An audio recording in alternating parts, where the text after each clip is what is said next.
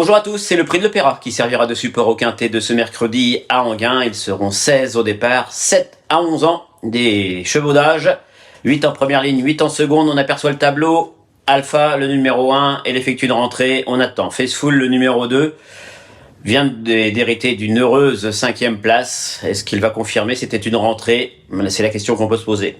Le 3 Galago du Cadran, on va en reparler. Funky Dalbe, le 4, n'est pas convaincant ces derniers temps, au contraire de son compagnon d'entraînement Fourban, qui lui a bien tenu sa partie dernièrement à Niort dans une étape du Trophée Vert. Le rythme va être un petit peu plus élevé mercredi, mais il peut être conservé, bien engagé, bon numéro, en forme, il peut accrocher une petite place. Le 6 Grit of Madrid, on va en reparler. Le 7 Epsion d'Ariane avait été faire un tour dans le sud, mais ça s'est pas très bien passé, donc il vient de revenir dans les box de Daniel Bétoir. C'était une petite note dernièrement à Sablé-sur-Sarthe.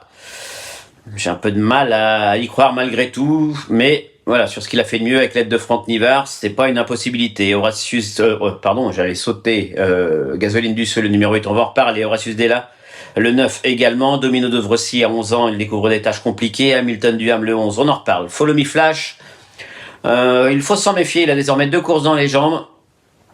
Derrière l'autostart à Enghien, il est invaincu en 2 tentatives. Bon, c'est pas spécialement un objectif, mais il peut s'immiscer dans la bonne combinaison du quintet avec un bon parcours. Enjoy the Game, le numéro 13, effectue une rentrée correcte dernièrement. Il devrait logiquement courir en progrès. Very Joy, le numéro 14, n'a pas couru depuis le mois de mai, après des bonnes performances en Italie. Les dernières fois qu'il est venu en France, c'était un peu plus compliqué.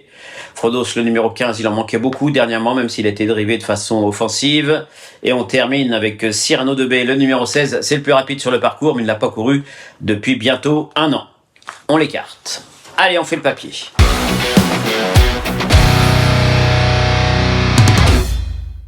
L'hésitation en tête était permise. Je me suis laissé tenter finalement par le meilleur numéro, c'est-à-dire le numéro 3, Galago du Cadran. On le retrouve, c'était le 23 juin, le jour de la belle réunion. Ce jour-là, il avait patienté dans le sillage de Gims Duplessis, qui accompagnait l'animateur Gino Viva. Il a eu un très bon parcours, mais il n'a pas réussi à venir dominer Gims Duplessis pour finir. Mais il n'y a pas à rougir de cette tentative, il trottait quand même 1-10-1.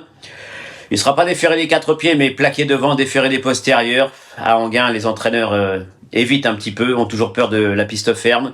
Mais Galago du Cadran, bien engagé, avec un bon numéro, a vraiment tout pour disputer la victoire. Faudra que ça se passe bien pour lui.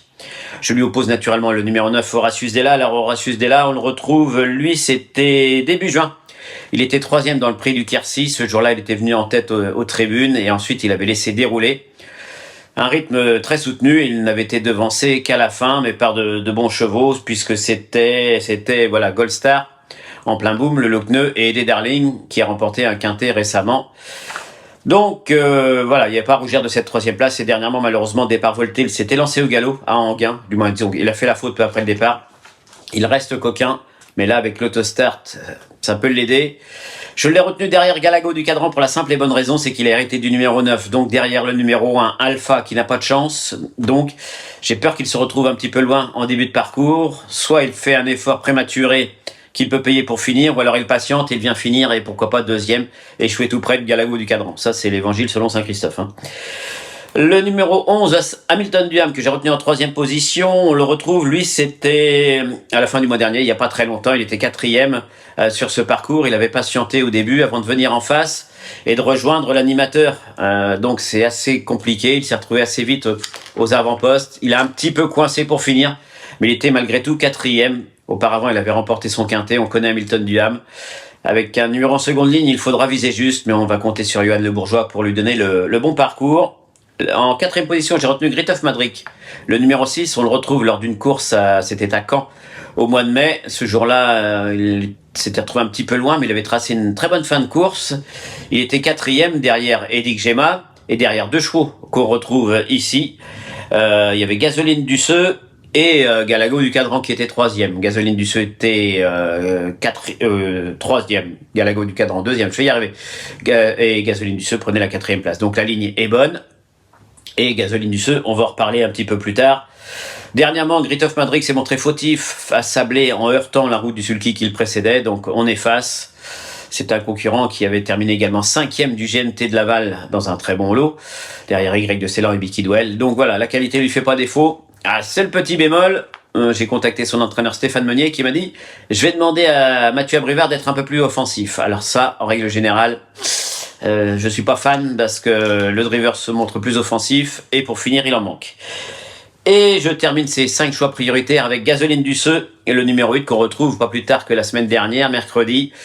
Elle a patienté, a mis peloton avant de fournir une bonne fin de course. Bon, elle a bénéficié de la disqualification d'Héraldique pour hériter de la 4e place, mais elle revient en forme depuis le début de la saison. Elle se montre un peu plus régulière. Elle avait connu un long passage à vide. Dernièrement, c'était sur 2875. Elle est mieux que sur les 2100 et d'ailleurs, c'est le 2e meilleur chrono sur ce parcours. Le meilleur chrono, c'est Cyrano de Bay, mais Cyrano de Bay effectue une rentrée, je le disais, après un an d'absence. Donc attention, elle aime bien ce parcours. Elle était 2e au mois de mai 2023 derrière Isla Jet. Alexandre Abrivard la drive, il l'a drivé 2 fois, 2e et 3e, donc voilà, elle a des atouts dans son jeu. Maintenant, ceux qui ne l'ont pas touché dernièrement, c'est peut-être pas la peine d'essayer d'aller à l'enterrement cette fois-ci.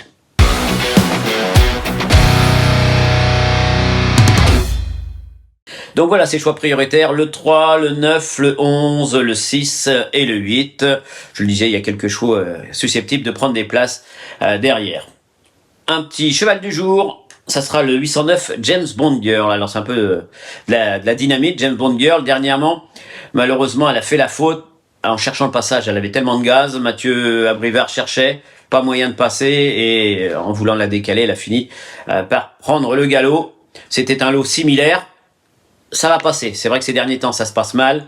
Mais là, la longue ligne droite d'Anguin va certainement servir ses intérêts. Même si, attention, il ne faut pas être trop loin à l'entrée ligne droite. Un numéro en seconde ligne, la cote va être sympa. Elle n'a pas gagné d'avance, mais elle peut mettre tout le monde d'accord. Le 809 James Bond Girl. Voilà, merci à tous de nous avoir suivis. Je vous rappelle que vous pouvez naturellement trouver toutes les infos pour bien faire le papier sur pariturf.com et à très bientôt pour un nouveau numéro de 100% quinté.